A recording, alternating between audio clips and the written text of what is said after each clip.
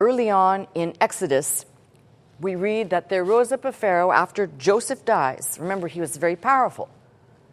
He saved the Egyptians and he saved his kindred. But it says there rose up a Pharaoh who knew not Joseph. I want you to take a look at this passage.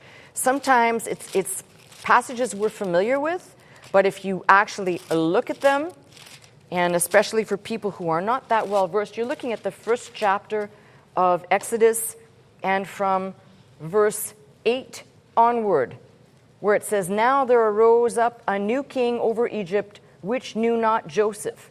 Now, let me pause right there and simply say that most people, even myself, I grapple with this. If Joseph saved Egypt, which he did, I find it very hard to believe that a Pharaoh could rise to power without knowing that this man, we memorialize people. That's our nature, right? So the only thing that could make sense to me is that this Pharaoh would have to possibly be a child coming up and not having lived long enough to know. So let's just put that there. That's what I have always believed, that this had to be a young child king, all right? But we basically read that now with this new king, this new Pharaoh, it says, "And he said unto his people, Behold, the people of the children of Israel are more and mightier than we. Come on, let us deal wisely with them, lest they multiply. And it come to pass that when there falleth out any war, they join also unto our enemies and fight against us, and so get them up and out of the land. Therefore they did set over them taskmasters to afflict them with their burdens, and they built for Pharaoh treasure cities, Pithom and Ramses. But the more they afflicted them, the more they multiplied and grew. And they were grieved because of the children of Israel." Now, let me stop right there. And I'm going to say something which will probably be elaborated 2 or 3 messages down the road. But I know I am so not popular when I say these things. But if you are anywhere near my age, somewhere around my age, you probably watched Cecil B. DeMille's 10 Commandments, right? Where most people think that that's the real story. And there are a lot of people who watch movies and then they think that's history. It's Hollywood, folks. Wake up. So let's just do something really quick. I'm going to take 2 minutes to do this, and I know I always, in these 2 minutes, manage to piss more people off, but hey, that's what I'm good at.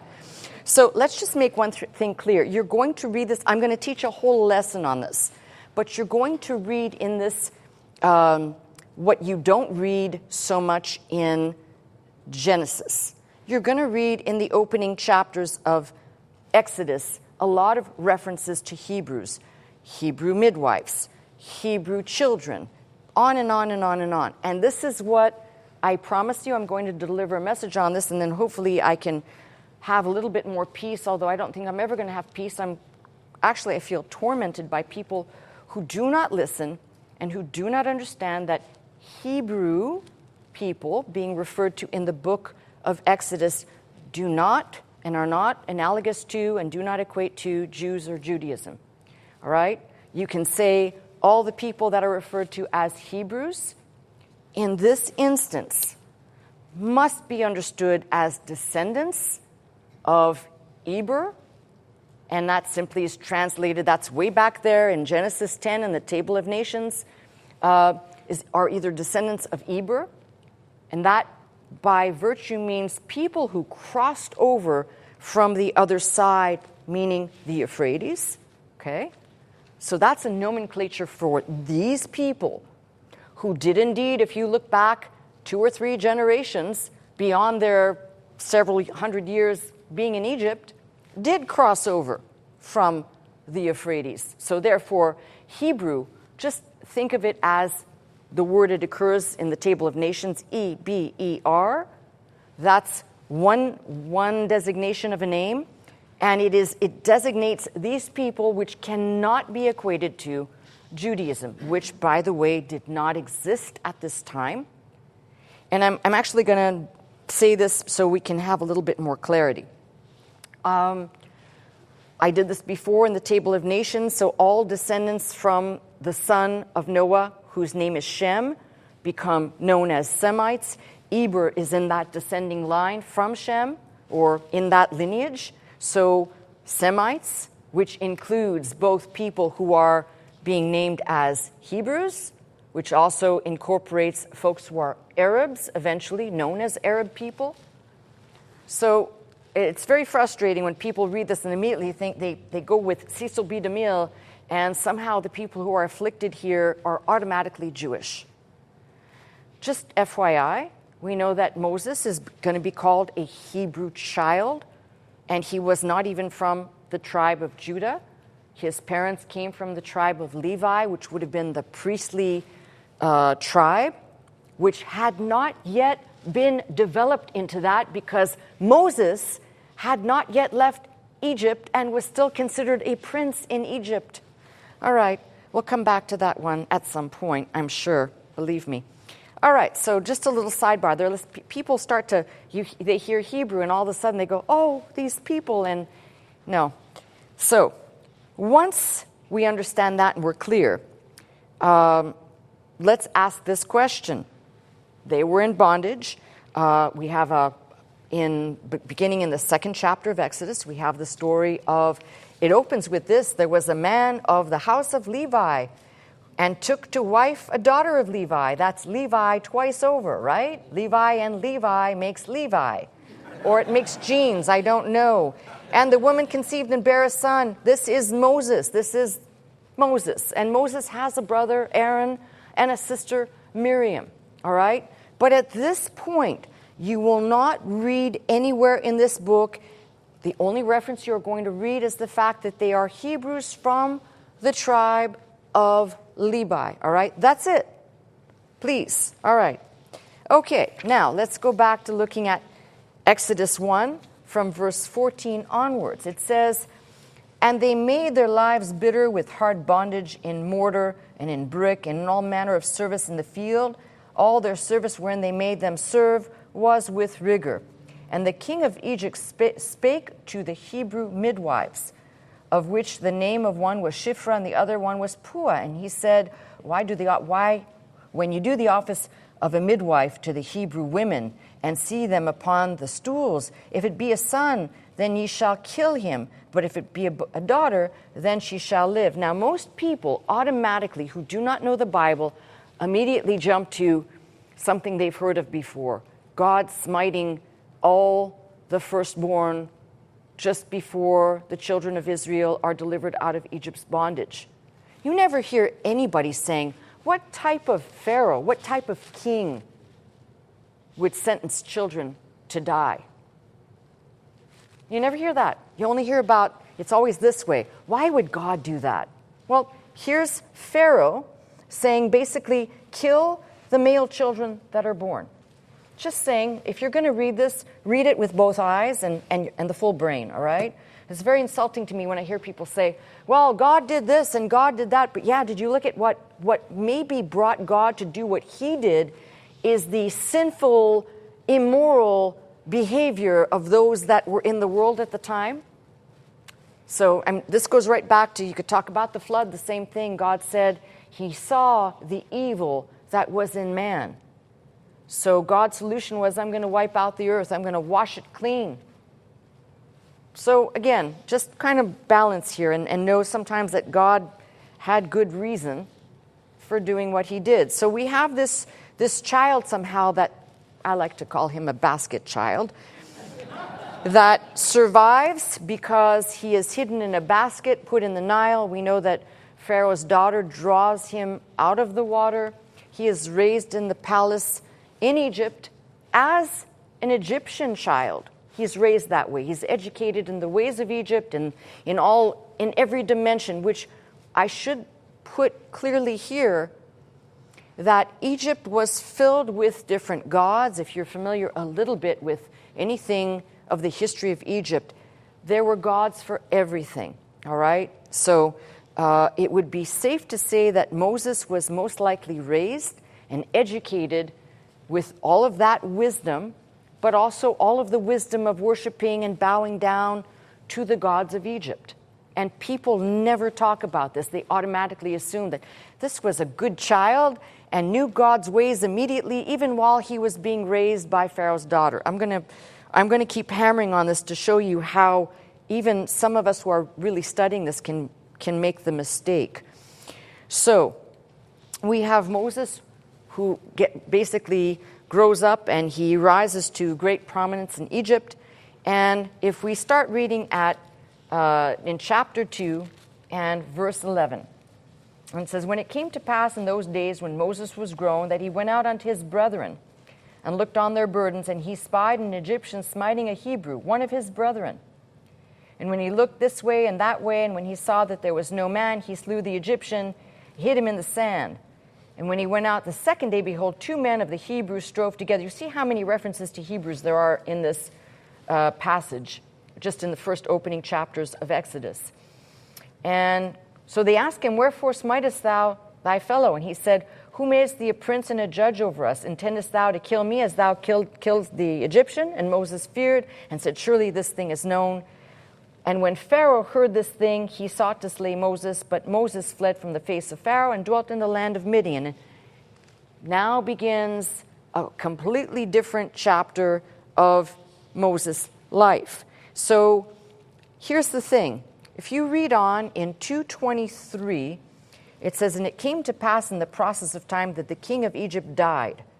So we have 2 pharaohs who died, one that knew not Joseph, and this one who Moses was well acquainted with. All right, so you've got that kind of timeline to kind of look at this. Now, in verse 24, read this very carefully. "And God heard the groaning, and God remembered his covenant with Abraham, Isaac, and Jacob." Let me stop right here to say that it's very interesting. God didn't hear the people in bondage calling out to him. They just heard their groanings. That's a very important thing. Now, I'm not going to answer the question today, but trust me, in about 2 or 3 weeks I will. Just something for you to reflect on. What do you think the children of Israel, therefore in Egypt since the time of Jacob, but now in bondage, what do you think they practiced as a religion? Don't answer, just think about it. Because there is an answer in the Bible. It does tell us actually what they did in Egypt. And it's maybe not what you think at all. But it would shut the mouths of people who want to say they were practicing Judaism. All right, I know, thank you for laughing. That tells me you get it. All right. Well, I will address this, though, believe me, because it's the topic that everybody can't seem to get right. All right, by the 4th chapter, we have exchanges going on back and forth between God and Moses, where God now has given Moses power and basically given him charge to go and basically be the mouthpiece as the deliverer to get those children of Israel out of the bondage that they are in. And of course, you know the passage where Moses says, "Well, I can't speak," and basically makes a deal with God to say, "Okay, you can take with your brother Aaron. He can speak for you. He can be your mouthpiece." And so we have Moses and Aaron returning to Egypt, and there are many exchanges back and forth. Petitions are pleas to let the children of Israel go. Now, once you get to, and I'm just going through this quickly because I want to be able to preach my message. I know I'm going to run out of time. So once you get to the 7th chapter of Exodus, you can start kind of to see, we finally get to, we'll call it the chapter where we start seeing the plagues appear. Now, I know I can't win every person over, but there are enough people that I've heard say this doesn't make sense to me at all. Why would a good God, if God created everything, if the earth is his, if blah, blah, blah, blah, why would he do this? And they fail to see that nestled within the book of Exodus are several things, that one of them is a prototype that we'll see in the book of Revelation.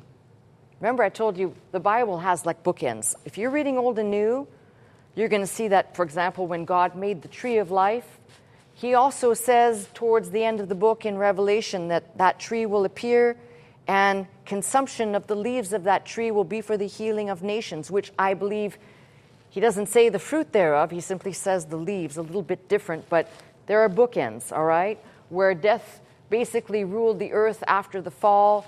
There shall be no more dying. All of these bookends, including, if you look carefully, some of these plagues are pictures or vignettes into the future, and there's some very pivotal things that you can mine out of these chapters. So we're going to look at the plagues, then their purpose. Let's just say initially they were to provide a public display of God's powers so that even the Egyptian magicians and sorcerers would have to acknowledge that this was something way beyond just a magic trick. They uttered out of their mouth, "This is the finger of God." They didn't say of the gods, they said of God. Pretty radical when you think that if you, in your own time, read the exchange, they just basically reduced the rod that God had given as just another, like theirs, just another piece of wood that they could do a trick with. So a lot of this is to put God's power on display. We'll call it a picture of God's dispensing wrath that should have induced recognition of who God is and what he was doing. Now, when Pharaoh called for Moses and Aaron in haste, there's something very interesting. Just if you can let me read it to you, but take notes somewhere. You're going to read in Exodus 10:16, Pharaoh called for Moses and Aaron in haste, and he said, "I have sinned against the Lord your God and against you." And it's a big statement. Why? Because it tells us if somebody can utter that statement, only two things are going to happen. I have sinned against the Lord, he says, your God, and against you. Either in a real act of contrition, God who sees the heart could have done differently, but it says in another passage that God was hardening Pharaoh's heart, building up the wrath that would be poured out so that he could not say, I've sinned against your God or my God, claiming for himself. So that statement it really gives you an indicator that God was determined to just pile it up. He wasn't going to let any form of backing out become a milder or lesser punishment. And you remember back in Genesis, the Lord says to Abraham that he will keep pouring this type of stuff out until the satisfaction of what needs to happen, he says, to the Amorites is fulfilled. But I think that's kind of code for saying, I have my time, I have my ways, I'll do what I say I'm going to do, possibly in the future, and this is the unfolding of it. So, the other thing is that these plagues would put God in a place above all the other gods that were worshipped in Egypt, that which was stated by Jethro. You remember who Jethro is? Okay, if you don't, go find him. I'm not going to tell you. It'd be like where's Waldo? All right. Blessed be the Lord who hath delivered you out of the hand of Egypt and out of the hand of Pharaoh, who hath delivered the people from under the hand of the Egyptians. He had recognition that God did this. He says, now I know that the Lord is greater than all gods, for in the thing wherein they dealt proudly, he was above them. That's a huge statement right there. I think there was the design for that, but take a look at something else. I'm going to read this to you so you're not flipping through chapters and then trying to get back to where we are. So don't turn, please. Don't turn there because it'll take you too long, and by the time I'm done reading and you get there, I will be gone. All right. It's just always the way it is. So in another book, Rahab she says unto the men, I know that the Lord hath given you the land, and that your terror is fallen upon us, and that all the inhabitants of the land faint because of you. And we have heard how the Lord dried up the water of the Red Sea for you when you came out of Egypt, and what ye did unto the two kings of the Amorites that were on the other side of Jordan, Sihon and Og, whom ye utterly destroyed. So this now would be perpetuated of this great deliverance, if you will. But it had a purpose, and that purpose is uttered by Rahab. Essentially, I know the Lord is God. He's able to deliver. He's got the power. That's basically in a nutshell. There's also another utterance similar to this by the Philistines in 1 Samuel 4:8, if you want to read it in your own time. As for the number of plagues, 10, the number of what? Okay, some but not all. Human responsibility. So, the 10th plague being really separate from the other 9 because of its implications on the people, all right? So 9 plagues, I'm not going to talk about the 10th right now. 9 plagues are arranged in groups of 3. A warning is given for the first and second plagues, but the third in each group, no warning is given. Very interesting. Moses is told to meet Pharaoh before the waters turn to blood, and again, we'll read that the frogs will cover the land. But when God unleashed the plague of lice, there was no warning given to the people, all right? So there's a pattern. If you look at 9, not 10, but 9 plagues, there are in groups of 3s. The first 3 plagues, Aaron uses the rod. In the second and third, it's not mentioned. In the third, Moses uses it, but in the last one, only his hand is referenced. So you've got to kind of read the details here. But if you take a deeper look, the waters of the Nile, life for the Egyptians. They were turned to blood, the symbol of death. In the final plague, there is blood that's applied, if you recall, to the doorposts, and every Hebrew is required to apply the blood, all right? The second plague, the frogs, nocturnal in nature, and that brought with it darkness. While the 9th plague was actual darkness. They're almost attached in some weird way to a precursor and then a full-orbed event. The 3rd plague, the magicians exclaim, this is the finger of God, right? That would be in 8:19. And the 8th plague, Pharaoh says, I have sinned against the Lord your God. So if you start picking these plagues apart and lining them up, you see some interesting things. In the 4th plague, the Lord said, no swarms of flies shall be in the land of Goshen in which my people dwell. And there is a connection to the 7th plague where it says only in the land of Goshen where the children of Israel there was no hail. So I want you to think, this is something very important. God had a way of protecting those that he wanted to protect and shield them from things that he didn't shield others from. So I'm just going to insert something right here, because in this congregation, yes, this congregation, there's a great debate. I get letters from a lot of you talking about rapture or no rapture. Is there a rapture? Is there no rapture? Just put this one in your pipe and smoke on it for a while. Because while God is pouring out wrath on the picture of Egypt, which is sin, the flesh, the world, the people that he basically chose to deliver, he also chose to spare from those plagues. Okay, we're going to leave that one alone. We'll come back to it at some point, because some of you who are kind of going in this direction would say, well, okay, I never thought of that before. But, all right. In the 5th and 6th plagues, the cattle were attacked. That would be 9:3 and 9:9. And it seems clear to me that that represented something deeper. When we read about the children of Israel desiring to make and worship a golden calf. Now, remember I said to you, what did they worship in Egypt? This is not proof. There's more proof elsewhere outside of the book of Exodus. But I want you to think about this. You know, we've talked about this ad nauseum. They were so impatient for Moses to come down the mountain. They could have made anything, but they chose to make a golden calf. And I really want you to think long and hard, where did that idea come from? Being in Egypt. And it had to be something that they were previously worshiping there. Listen, you can play the whole, oh, no way.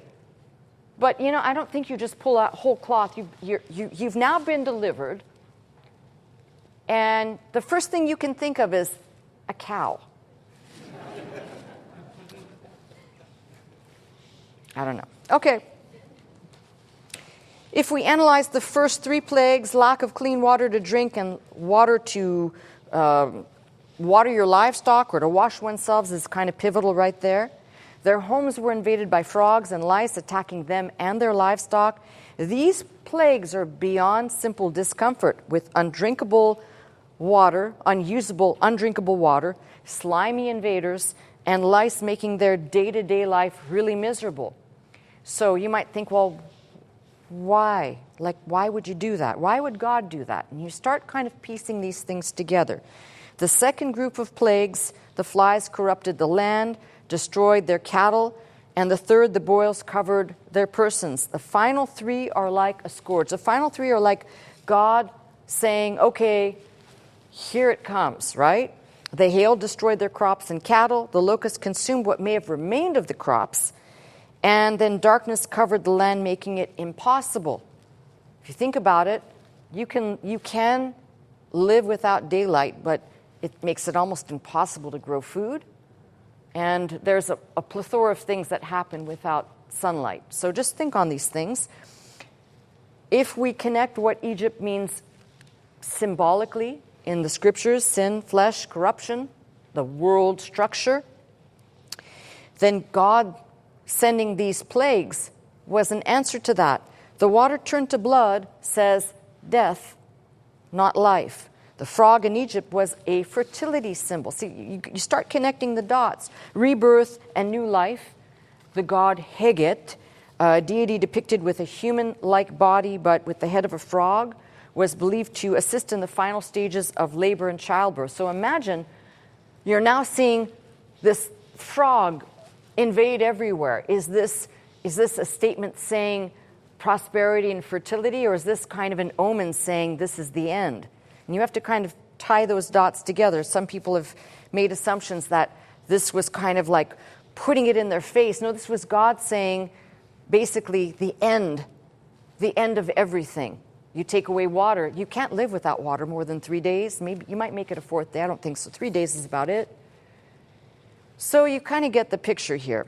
The plague of frogs didn't represent life, like the Nile being turned to blood. The frogs represented a curse and the end of the fertility in that land. And you almost have to attach this to what will be the death of the firstborn for it to all make sense. Everything was rooted culturally in the firstborn. The lice represents filth and uncleanness. The world still yet in their sins. The matters of the flesh, the swarms of flies are not only a nuisance, but they are spreading disease and dung and everything else that you can think of. Cows were also a symbol of fertility. It's like God saying all of the bounty that made you thrive is going to basically crumble and disappear. And so we have this picture of the cow, symbol of motherhood, nourishment, associated with the goddess Hathor, who represented sustenance, love, joy, and the beauty of life. So if you start kind of putting this in the negative. Cows were also linked with Isis, as she had a more protective role over the god Horus, and they were symbolic of divine power in the afterlife. So these plagues are definitely all rooted in shaking up and dissolving the life of the people. All right? So we can also see that there is somewhat of we'll call it a moral significance to this. So it's almost like God was saying the splendor, the wealth, the beauty, the riches, the life, the fertility, all of that, and your gods are going away. And if you really think about it, someone who studies Egyptian culture and life, you have to ask yourself, what happened to this incredible dynastic ruling people that basically by the time you get to the Roman period and the Ptolemies, everything is on its way down. You can start seeing, you see it in everything. You see it in the burial chambers and you see it in the artwork. A lot of that artwork that's toward the Ptolemaic period, which is kind of the end of the Egyptian dynastic rule, looks sloppy and ugly, and things are just kind of going really bad for these people. The hail was a judgment upon the earth focused on their disobedience. The locust eating everything is likened to the world, consuming the provisions of God without care. The darkness is usually a symbol of alienation or separation from God. So God was covering it all. In the death of the firstborn, a warning to those who reject being born from above. The second death is upon those whose hearts have been hardened towards God or the things of God. So, kind of interesting here. If the plagues poured out on Egypt and its inhabitants had meaning for the Egyptians, they had meaning for the Hebrews as well. For them, for the Hebrews, it was a way for God, and hear me out, and don't go, oh, I can't believe you're saying this. It was a way for God to make himself known. And when I say that, I'm going to explain. See, God made himself known to Abraham and had exchanges with him. God made himself known to Isaac and to Jacob. But we don't read of more than that, basically having long discourses or a theophany or Christophany appearing to them. So we tend to think that if God spoke to Abraham and Sarah and God spoke to Isaac and God spoke to Jacob, he must have spoken to everybody, but he didn't. So this is why when Moses goes to the burning bush and God introduces himself to Moses, who should I say sent me? Moses didn't even know who this was. He says, you say, I am that I am sent you. And that's the first time that we have a name attached to God, that God himself discloses a name that we should call him by. So it tells me that Moses was not familiar. There may have been some vestigial remnant from his parents, some stories, some lore. But when he says, who should I say sent me? If he knew that the name of the Lord was the Lord, he would have said, well, of course, Lord, I know that you're sending me. But God had to tell him how to disclose who is dispatching you. That tells me that God was not known to many in that way and in that respect. So it's like saying these plagues, for the Hebrews witnessing this, was God's way of introducing a higher power. If they were worshiping gods in Egypt, this was a way of saying, this must be the God of all gods, without them knowing him yet. And you might say, are you sure about this? Well, I'm going to ask you a question. If you've ever looked into the remnants that we find that basically are the remnants of, we'll call them the people living in Goshen, perhaps the Hyksos, if you want to reference them like that. And there are a lot of things that remain there, including, I've talked about this, a statue which we know is the likeness of Joseph with his many-colored coat and his red mushroom hair. But there is no symbolism there that explains the worship of God or the name of God. There is nothing there that could even identify who these people were, which is why it remains a mystery, and people are very polarized over the subject of these Hyksos people. Who did they worship? Who did they follow? Now, when I say to you that the bulk of the people that were in Egypt did not know who this God was, it will become clear. I have other scripture to quote that reveals to you that they could not have been worshiping this God in Egypt. They may have known about him as a God among many other gods, but the plagues poured out were a way of saying, I am the God above everything. So this is kind of like, what a way to make a grand entrance, right? What a way to introduce yourself. But I will say this, I do find it hard to believe. This is the other side of my brain. This is, I find it hard to believe that somewhere from the time that God spoke to Abraham and uttered these promises, I find it hard to believe that somebody somewhere wasn't repeating and perpetuating what God had said, so that somewhere there might have been a little pocket knowing that conversation that God had with some entity, whether they called him the Lord or they called him God or gods, I don't know, had to have been perpetuated by word of mouth to a small group of people. Could that have been the children of Israel living in Goshen before bondage? Possibly. I'd say even very likely. But what happens after several generations of no one perpetuating the story, or any? It would get corrupted, it would probably get caricatured, and that's why I said to you, take the time to look into this. So when people are busy arguing about who these people were, God said, yes, I'm going to your seed's going to end up in bondage. And he also says they're going to come out with greater substance. When they do come out, they're going to come out with great substance. I don't know how you go from being a slave to great substance, but the book reveals it very, very plainly. So let's keep going here. As for the people who lived in the land replete with every type of god and idol, the God of Abraham, or the living God, as I said, would not have really been that well known. And if you keep going back to this, you're going to see that the people begin to see this display, this horrific, it must have been terrifying display of power as some great entity. And if they said this is God or this is the gods, it doesn't matter. They had to see, they had to know. Now, in each plague, we have judgment of some type based on a false god or false worship from cows, flies, and frogs, which were all venerated in Egypt. Most of you know that I am big into all things Egypt, so you can find scarabs of beetles. They were big into that. Flies, cats, birds.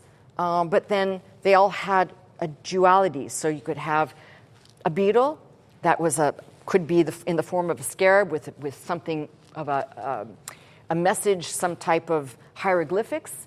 And at the same time, the symbol itself was related to one of their gods. And what that god did, whether it was the god of fertility or whatever, as I've already said. So why does all this matter? Because we know that the one who disguises himself as an angel of light is always an imposter.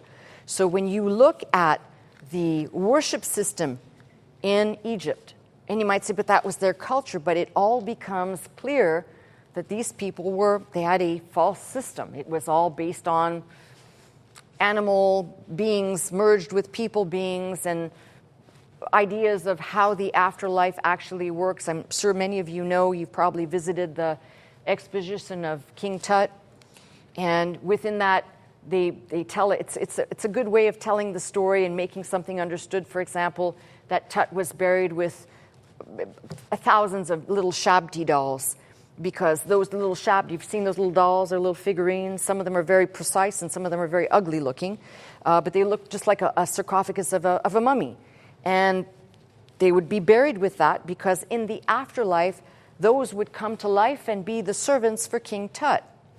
Okay, all right. So I'm going to ask for some miniature something to be put in my grave with me. I don't know. I think it'll just be like, oh, why did she get buried with that? Because she believed that these things would help her get over there. I don't know. Doesn't make sense to me, but whatever. All right. When we look at Pharaoh, he would not be outperformed. His desire was to reduce the power down to a cheap trick, just like the magicians. And we know how that works out. So basically, that exchange between Pharaoh's magicians and Moses and Aaron was to put God's power on display as irrefutable.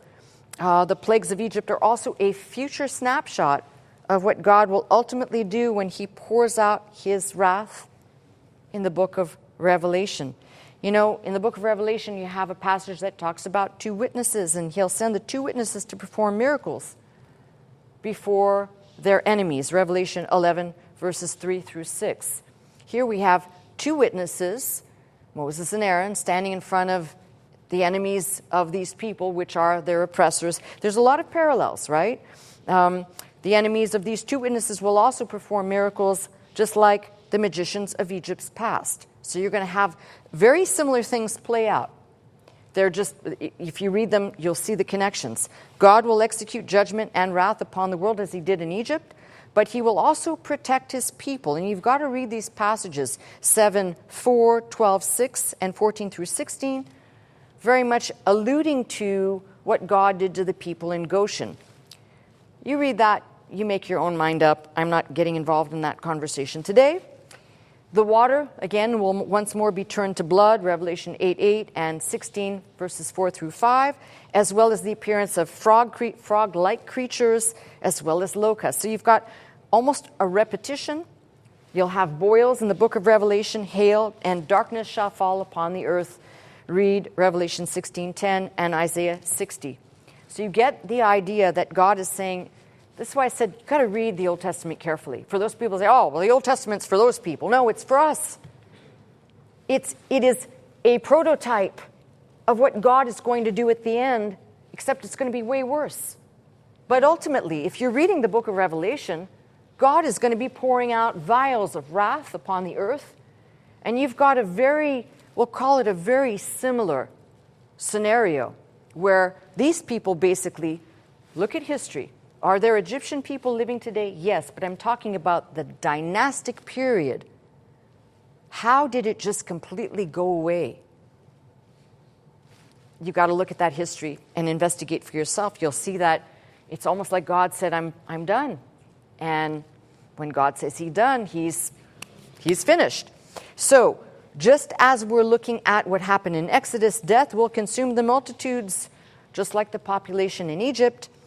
We're not going to be talking about the firstborn, however, we're going to be talking about all who remain, who refuse to listen to either the 2 witnesses or the 144 preachers of righteousness. That's just a fact. Now, if we read Exodus carefully, we can really see from start to finish, there are prototypes in here. And it's kind of mind-boggling, because if you don't read this right, you read this and you isolate it.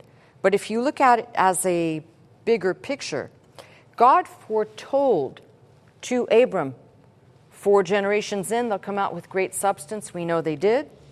God has been warning us. The beauty is God has given us the warning. So now we're just stupid for not listening. Okay, God maybe didn't warn those people. They had no knowledge. We have knowledge, so we have no excuse. I also want you to think about an earlier exchange between Pharaoh and Moses when Pharaoh asks or says, "Who is the Lord?" This is very interesting because there's another translation that reads, "I do not know the Lord." And I think that's very interesting. That although everything was being revealed in front of him, he could say, "I do not know.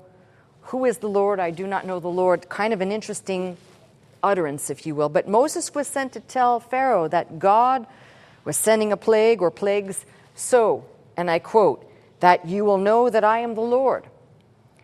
And if you think that that's not going to be the same picture played out at the end, you're very mistaken. God's going to do all this to sort the people out who are here on the earth, and those that can look to him and look upon him or hear the message and still in the last hour be saved, who will know the Lord. So there's all of this kind of, we'll say, it's a warning if it's read right, to understand that God is serious and God is not going to let the world in its sinfulness just go unpunished. Pharaoh was told, of course, as I just said, the purpose of the plagues or the frogs was that, quote, "that you may know that there is no God like our God. In regard to the hail, that you may know that there is none like me in the earth." The plague of hail was basically the point of no turning back, because after the plague of hail, it's like, okay, God says, I have warmed everybody up. Here's the final act, and it's just going to get really bad from there on in. So, "at this time I will send my plagues upon thine heart, and upon thine service, and upon thine people, that they may know us that there is no one like me in all the earth." What else is introduced in that statement? The idea that God is Lord over all the earth. It's the first time that's introduced in that utterance. Think about it, that there is no one like me in all the earth. If you read in Hebrew, there's a slight nuance there, but still, I'm going to leave it like that for right now. So, what can be gleaned, or what could the people glean from what was being said? First, that the people began by not knowing much about God, and you can discern that very clearly, that he revealed himself by the hand of a deliverer. So I'm going to ask you a question. Moses was just a man, not God, but a prototype. And in Deuteronomy, you read that basically there is a prophecy and they're saying, "greater than you, Moses," pointing to Christ. But everybody reads right over that because, God forbid, we should actually interpret that. So the goal would have been to get people to trust and believe and obey God. All the truth was laid out before them, and still it wouldn't be enough to create a heart filled with gratitude for deliverance So eventually the people would turn on Moses and his God. You know the whole story of what they do in the desert. And unfortunately, we get to relive these passages in our reality with every generation that passes. And why do I say that? Because it's like you read this and you read about everything they saw and about the great deliverance and about the miraculous deliverance of how they even exited Egypt. And still, what's the first thing they do when they have this newfound freedom? They worship a golden calf. They take the substance that God had said, take from the Egyptians, which we know would be needed. God doesn't have to tell these people what it's for. They probably thought, I'm rich. But that substance was for something God planned to do in the desert called the tabernacle in the wilderness, which required fine silver and gold and materials, right? Where would they get this if they were in bondage and they didn't have anything, right? So it's like God was saying, I have something in mind, but I'm not going to tell you. And the first thing they do is take that provisions that God had given them to apply to God's program, and they apply it for something in false worship for themselves. And that really tells you everything that you need to know about humanity. I could just stop right here and say, good day, folks, that's my message. Because that is what most of humanity is like. They've either heard or they've read or they've been exposed, and they still choose to reject, to disobey, to kind of push it to the side. And for some, they get real creative and say, this is mere myth, it's mythological or fabrication, never happened. Okay, suit yourself. I'm not going to argue that. We do have, when people say, you can't prove any of this happened. Oh yeah, actually we can. In the secular, not even from the Bible. There is enough secular proof, enough secular evidence. And this is what I love. God left the monuments in the sand as a testimony to say, yes, these people actually existed. This isn't a fabrication or a fantasy. Make no mistake about it, though, when people talk about the idea of what God was doing, it was not to be cruel. It was to reveal himself. That must be made clear. Now, as God turned the Nile to blood, God will give a warning at the beginning of the tribulation, the great tribulation, when the moon becomes blood. Think again back to the waters of the Nile, which represented life. And we have water references in the New Testament that represent life, equated in John's writing. And the water basically turned to blood, a demonstration of God's power. Flip that. What's the first miracle that Jesus does? He turns the water to wine. You get these parallels, and you have to tell yourself at some point, because I get this all the time, the God of the Old Testament, it's the same person, just taking up a tent of human flesh and something we could identify with that looked like us. That's all. Same God through and through. And if you're really paying attention, you're going to start looking at much of what's in here and seeing that, we can look and analyze, and we've analyzed the tabernacle, and we could see that everything points to Christ. A lot of what's in here points to the book of Revelation and how God will handle the sinfulness of the world at that time when he chooses to start unleashing the beast, when I call it the vials of wrath. So it's just something we have to kind of put in there, all right? There was an interval of 7 days between the first and the second plagues. Like the living God set a set time, 7, the number of completion or perfection, if you want. So also of divine order. 3 days of darkness covered the earth. 3 hours of darkness while Christ was on the cross. You begin to see God is not doing anything that new. You've got to look into what it means, the deeper meaning beneath all of that. We know that the darkness, for example, when Christ was hanging on the cross, was like saying the separation that Christ endured while all the sins were placed on him, that created that gap that basically made it become dark. If you want to say it that way, separation from God. Here we have God basically back in this book saying, I am separating you from me completely. We're in every dimension of all of these plagues. So we can see that, forgive me for saying it like this, but everything points to something else in this book. And too many people read this and act as though the focus should be strictly on what happened to these people in that moment, when in fact it's showing us a bigger picture. Now, there is more to say on the plague of darkness and the plague of the firstborn, because those become really important and definitely connect us to the New Testament in ways that are impossible for me to get into right now. But what I want to say to you is what I find interesting. If you just simply read this and you start where I started, there are several things that you can take away. One, you can completely dispel the idea that the people who were in Egypt's bondage were practicing any form of anything other than some form of idolatry that they gleaned from their environment. Okay? And there may have been a scant couple of people that were perpetuating some old man there in antiquity that had told them about some promise about a couple of things. I'm sure that was being uttered somewhere, but it wasn't the vast majority of people. And I want you to think long and hard the fact that take a person like Joseph, who from a young age, we'll say maybe he was sold away into that band of marauders that sold him into Egypt's bondage. Say he was a young man, a teenager, a young man, and hadn't necessarily had a lot of imbuement of God or the Lord, but knew who God was. When he died, he may have imparted something to his children, Ephraim and Manasseh, those half Egyptian, half, we'll call them children of Israel.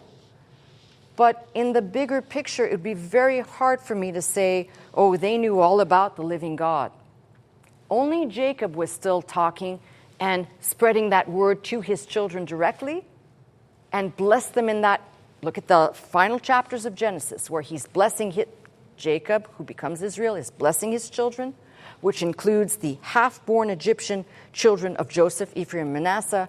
They directly may have heard Jacob attribute blessings to God or to the living God or to the Lord.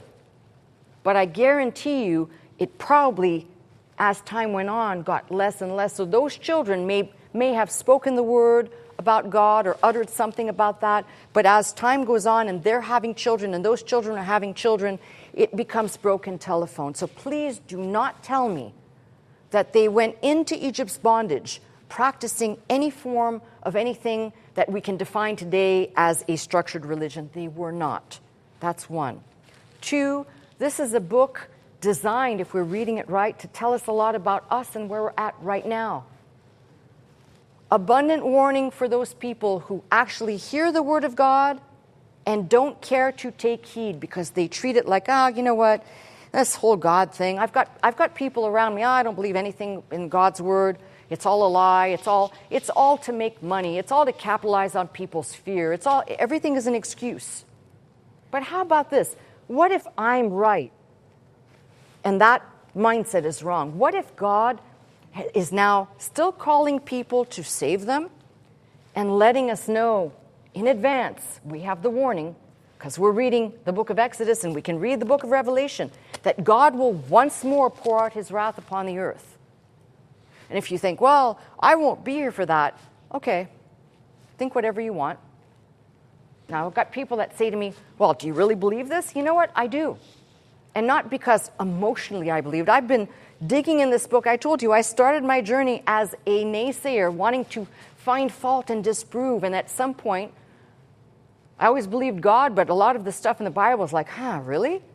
And when you start studying it, you realize something. God is still saying the same message, and even more profound, because he's saying, pay attention.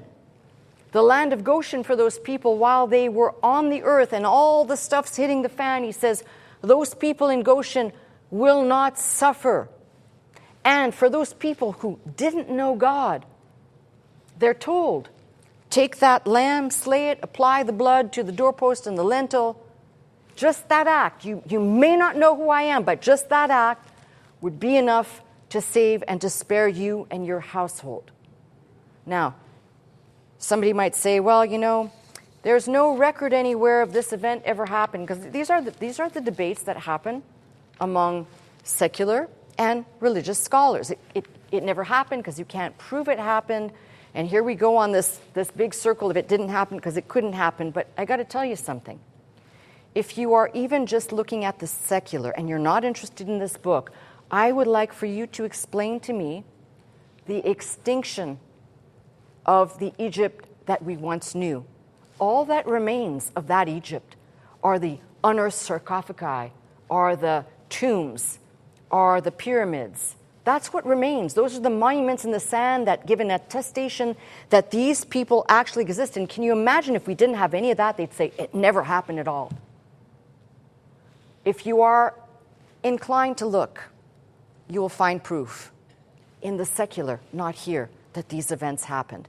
I'm going to keep going on this. I have a lot to say, so we'll keep going next week. But what I want to leave you with is there's purpose and reason for studying the Old Testament. It's not just simply a book that belongs to somebody else. If you call yourself a Christian, it is your duty to understand the shadows and the types and their fulfillments. And this plays out just as that, as you will see next week when we talk about the darkness that covered the land and the death of the firstborn, which I hope then ties everything together and makes it clear. God is not cruel.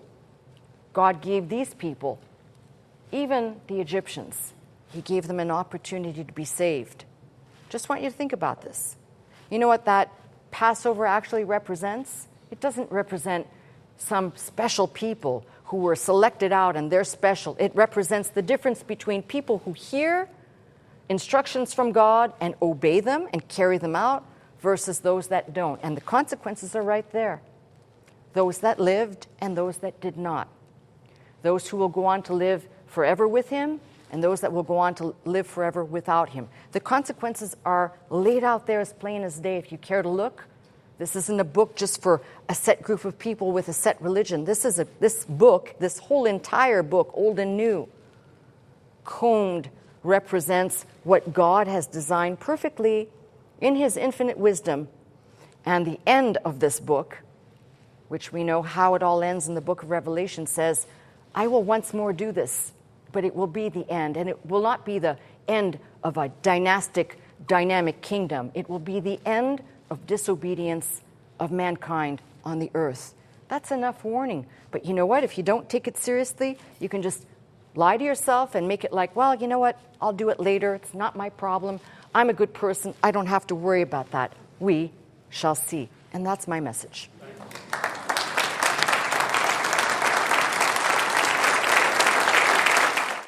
I'm Pastor Melissa Scott, pastor of Faith Center, Glendale, California. I teach every Sunday morning at 11 a.m. If you'd like to attend services with us, simply call the 800 number, that is 800-338-3030, to join us. If you'd like to watch, listen, and learn 24 hours a day, simply log on to our website at www.pastormelissascott.com.